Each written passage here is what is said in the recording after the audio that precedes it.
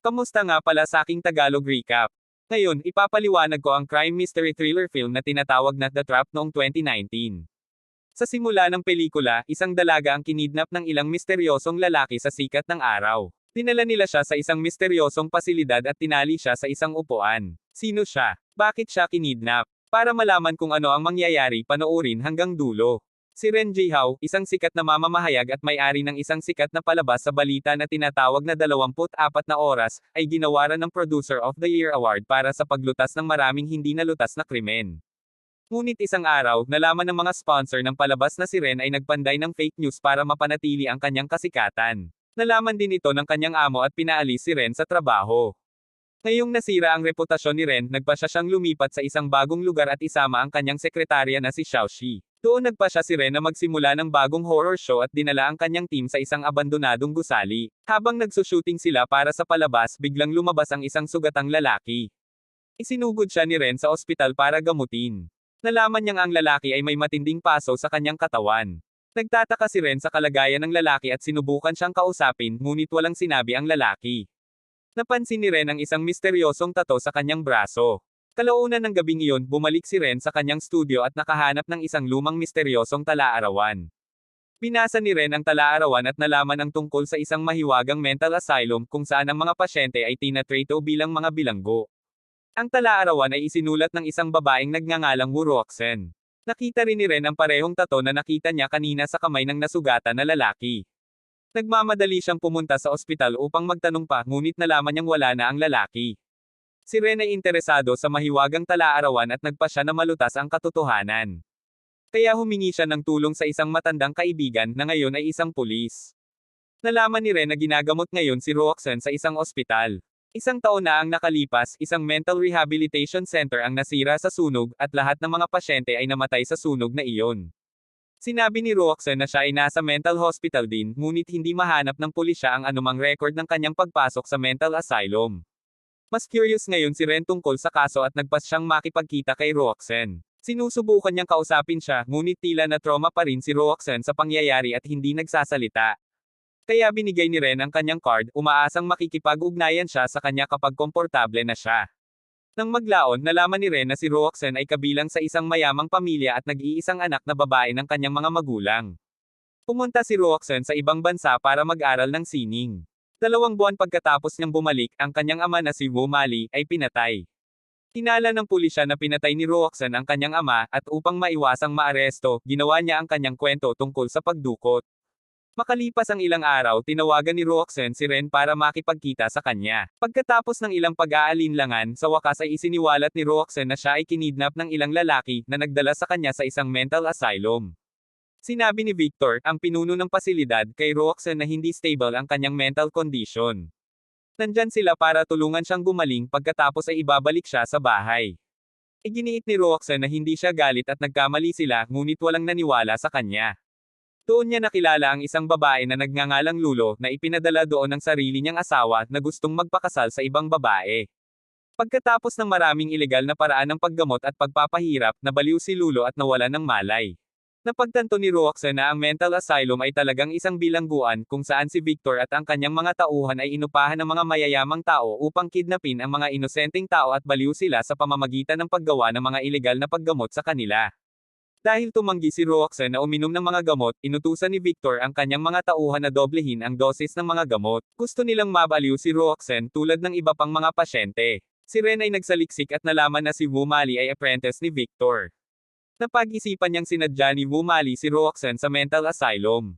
Kaya pinuntahan muli ni Ren si Roxanne at alamin ang higit patungkol sa kanyang kwento. Ibinunyag ni Roxanne na gabi-gabi tatawagan ni Victor si Lulo sa kanyang opisina at kasama niya ito. Walang ideya si Lulo sa nangyayari sa kanya at naging kasangkapan na siya ni Victor. Ganoon din ang gusto ni Victor kay Roxanne, kaya naman pinilit niya itong uminom ng gamot araw-araw. Nagsisimula na ngayong maniwala si Ren sa kwento ni Roxanne at nagpasya na alamin kung bakit inagaw si Roxanne sa unang pagkakataon. Kaya pumunta sila ni Xiaoxi para makipagkita sa mga pamilya ng mga pasyente.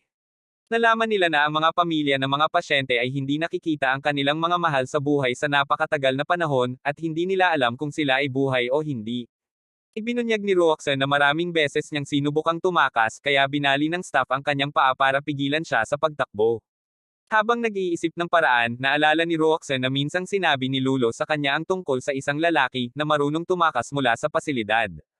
Ang lalaking iyon ay walang iba kundi ang pasyenteng nakakulong sa tabi ng kanyang selda at madalas na tinatakot si Roxanne. Dahil sa desperasyon, humingi ng tulong si Roxanne sa lalaki na pagkatapos ay sinabihan siyang makipagkita sa kanya sa banyo kinabukasan. Kaya kinabukasan, pinuntahan ni Roxanne ang lalaki na nagsabi sa kanya na ang lihim na daanan ay sa pamamagitan ng opisina ni Victor at ibinigay din sa kanya ang password. Bilang kapalit ng impormasyon, nais ng lalaki na makipag-date sa kanya. Ngunit inatake siya ni Roxanne at nakatakas. Nagawa niyang buksan ang pinto gamit ang password at tinungo ang pangalawang pinto. Ngunit sa kasamaang palad, hindi gumana ang password sa pangalawang gate at nag-trigger ito ng alarma. Bago pa siya makapag-isip ng kung ano-ano, lumapit si Lulo doon at gumawa ng pattern sa dingding gamit ang kanyang daliri. Napagtanto ni Roxanne na gumuhit siya ng pattern ng password at mabilis na binuksan ang pangalawang pinto. Pumasok siya sa opisina ni Victor at sinubukang hanapin ang sikretong daanan, ngunit wala siyang mahanap maliban sa isang higanteng tubo. Pagdating ni Victor sa kanyang opisina, may narinig siyang ingay na nagmumula sa tubo. Nalaman niyang sinusubukang tumakas ni Roxanne at tinawag siya ng kanyang mga tauhan upang mahuli siya. Gumapang si Roxanne sa tubo at kalaunan ay nakatakas mula sa mental asylum. Nakatagpo siya ng 2 pulis at humingi ng tulong sa kanila. Ngunit nang maisip niya na tapos na ang kanyang mga problema, nalaman niya na ang mga pulis ay nagtatrabaho kay Victor at ibinigay si Roxanne sa mga tauhan ni Victor. Dinala siya pabalik sa mental asylum kung saan gustong tanggalin ni Victor ang mga organo ng kanyang katawan at ibenta ito sa black market. Tinanong ni Ren si Roxanne kung alam niya na ang kanyang ama ang nagpadala sa kanya sa mental asylum. Sumagot si Roxanne na hindi niya ama si Wu Mali dahil namatay ang kanyang tunay na ama noong bata pa siya. Biglang sumakit ang ulo ni Roxanne at nahimatay. Sinabi ng doktor kay Ren na may mga nakablock na alaala si Roxanne na nagdudulot ng matinding pangangati. Pinuntahan ni Ren ang kanyang amo at sinabi sa kanya ang lahat tungkol kay Wu Roxanne. Ang Damon Transnational Group ay isang negosyo ng pamilya ng ina ni Wu Roxanne, si Li Zeni.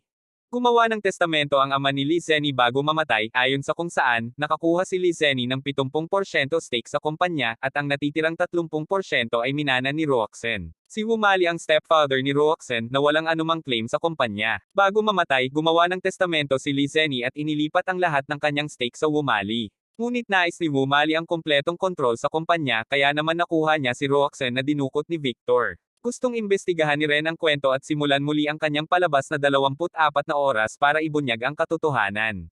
Sa panahon ng pagsasahimpapawid, si Ren ay nagpatugtog ng isang peking recording na siya mismo ang lumikha para mapaniwala ang lahat na si Roxanne ay talagang inagaw ni Victor at ng kanyang mga tauhan. Pagkatapos manood ng balita, nagpasya si Roxanne na makipagkita muli kay Ren. Sinabi niya sa kanya ang tungkol kay Lin Feng, isa sa mga tauhan na nagtrabaho para kay Victor. Sawa na siya kay Victor at sa kanyang illegal na organ trafficking racket.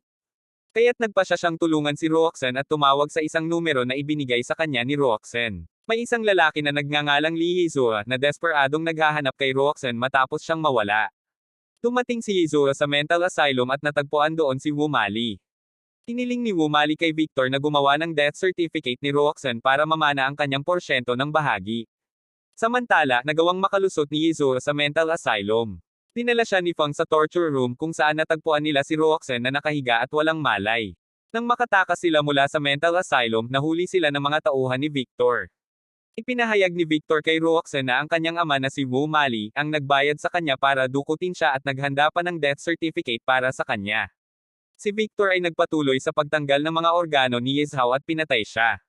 Samantala, pumasok si Lulo sa opisina ni Victor at hinintay siya sa loob. Sinindihan niya ang lahat ng kandila sa opisina na pagkatapos ay nagliyab. Nang hiwain na ni Victor ang tiyan ni Yizhao, nalaman niya ang tungkol sa sunog. Nagmadali siyang pumunta sa kanyang opisina upang kunin ang kanyang pera ngunit nauwi sa sunog. Samantala, nagawa ni Roxanne na palayain ang sarili sa tulong ni Lulo. Sinubukan ni Feng na tumakas mula sa gusali ngunit nahuli siya sa apoy. Naglakad sina Roxanne at Yizua sa exit ngunit biglang may humawak kay Yizua at kinaladkad siya sa apoy. Nagawa ni Roxanne na makatakas at umuwi. Ngunit isang bagay na hindi maisip ni Ren ay kung sino ang pumatay kay Wu Mali. Inakusahan niya si Roxanne na pumatay sa kanyang stepfather. Ngunit itinanggi ni Roxanne ang akusasyon at ibinunyag na tinitingnan siya ng kanyang ama. Siya ay gumawa ng pisikal na pagsulong patungo sa kanya kapag ang kanyang ina ay wala. Sawa na si Roxanne kay Wu Mali at talagang gusto siyang patayin. Ngunit pagkatapos na sirain ang mental asylum, alam ni Wu Mali na siya ay arestuhin para sa kanyang mga krimen. Kaya nagpakamatay siya sa pamamagitan ng pagbaril sa sarili. Naniniwala si Ren sa kwento ni Roxanne at ini-broadcast ang kanyang kwento sa kanyang palabas.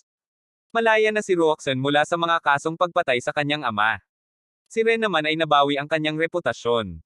Ipinagdiriwang niya ang kanyang tagumpay kasama si Xiaoxi. Tinanong niya si Ren kung bakit nilagdaan ni Victor ang death certificate ng ina ni Roxanne, ngunit walang paliwanag si Ren.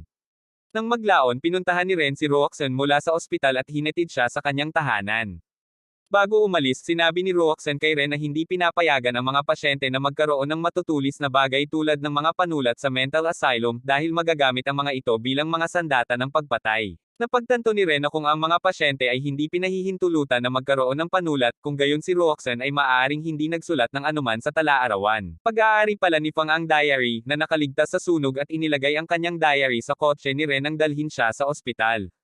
Ikinonekta ni Ren ang lahat ng mga piraso at nalaman na si Roxanne ay hindi kailanman inagaw ni Victor. Sa halip, ang kanyang ina ang dinukot ni Victor at ng kanyang mga tauhan. Gusto ni Wu Mali na mamana ang bahagi ng ina ni Roxanne. Walang lalaking nagngangalang Lee Yizua, ngunit si Roxanne ang naghahanap sa kanyang ina. Nakipag-ugnayan sa kanya si Fang at tinawag siya sa mental asylum. Nang mahuli siya, sinubukang putulin ni Victor ang kanyang tiyan bago masunog ang mental asylum. Matapos mawala ang kanyang ina sa apoy, umuwi si Roxanne at pinatay si Wu Mali sa malamig na dugo. Nang lapitan siya ni Ren dala ang tala-arawan, nagpasya si Roxanne na gamitin ito bilang isang pagkakataon upang linisin ang kanyang pangalan mula sa pagpatay. Sinabi ni Ren ang lahat sa pulisya pagkatapos ay inaresto si Roxanne at naaayon sa hatol ng kamatayan. Gayunpaman, sa panahon ng kanyang pagkakulong, ibinunyag niya ang lahat ng madilim na lihim tungkol kay Wu Mali, dahil dito ang kanyang hatol na kamatayan ay nabawasan sa habang buhay na pagkakakulong. Kaya ito ang kwento ng The Trap. Sana ay nagustuhan mo ito, mag-subscribe para sa higit pang nilalamang tulad nito. At pindutin ang like button upang matulungan kami. Mag-iwan din ng komento at hanggang sa susunod at mag-ingat ka.